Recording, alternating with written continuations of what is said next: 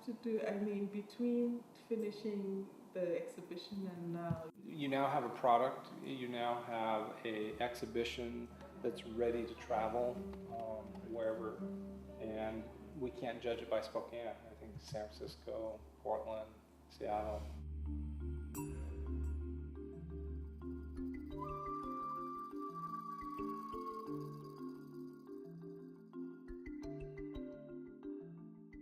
What we do with the Bell collection supports the continuing development of the Bell Archive in Ghana and, you know, as it's going international. So is there space separately from the 2-acre site for an archive to be developed? Have the archive there and have it on the route of people when you come to Accra. This is one of the places you go. Right. You know, like you would go to the museum or whatever. What we have here is rich examples of play from 50 years ago. I would hope that people that look at this collection would look around their everyday life and see the beauty of it, see those magic moments that occur in any setting.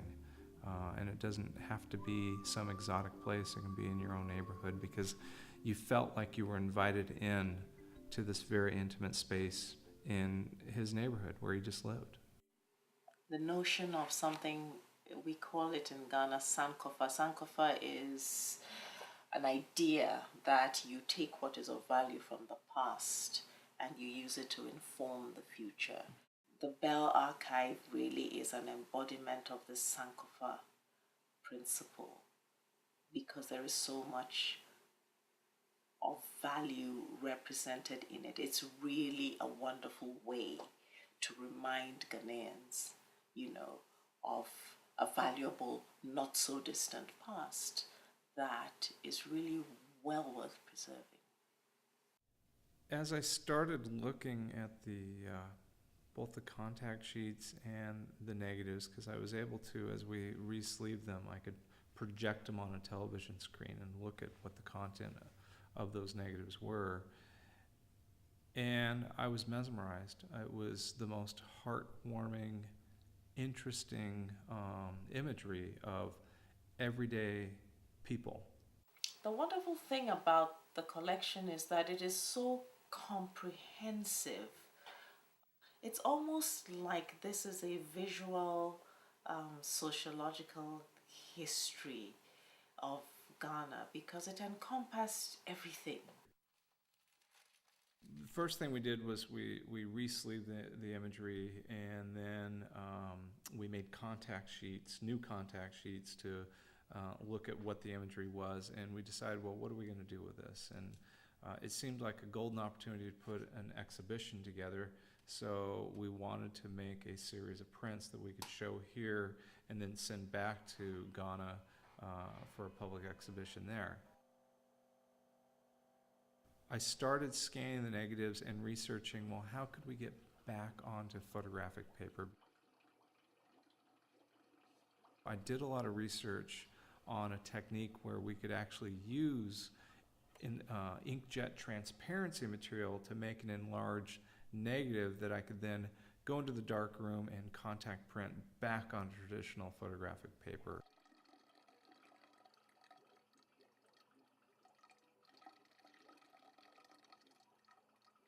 I hadn't actually seen Ira for many years at that point, but I had always wanted to bring back to him by way of saying thank you, you know, the catalog that had been developed in Accra between 2003 and 2009.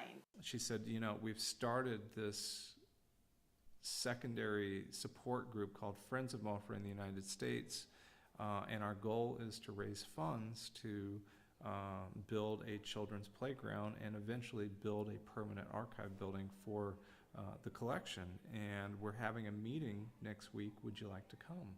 You know, it's nice to have an exhibition, but quite often most people can't afford to buy the exhibition prints. And so I'd been researching ways to create products that people could purchase of small catalogs that were affordable. And we produced a 42-page catalog. We were very, very fortunate that Joe Newis and the Brickwall Gallery actually made arrangements to move an exhibit that they had already scheduled to make room for our show. We wanted to build a cultural event as part of a First Friday Art Walk tour, and so we actually had live musicians, we had a children's art area, and then we had volunteers as acting as docents to explain the imagery. If you look at the work, there's something so moving. I was almost brought to tears looking at this work, knowing where we started 10 years ago and knowing the limitations of what we could do 10 years ago versus here we were today in less than 3 months putting this incredible publication together, incredible exhibition together, this incredible cultural event together with all these volunteers and you know, everybody's just coming together because the power of these images and the story they have to tell is so compelling. Well, we've been enjoying it, and we noticed it's all children, so I guess that's the serious play, where serious play comes in. Beautiful, stunning work. The faces say it all. I like black and white photos because I think they show the emotions better than color.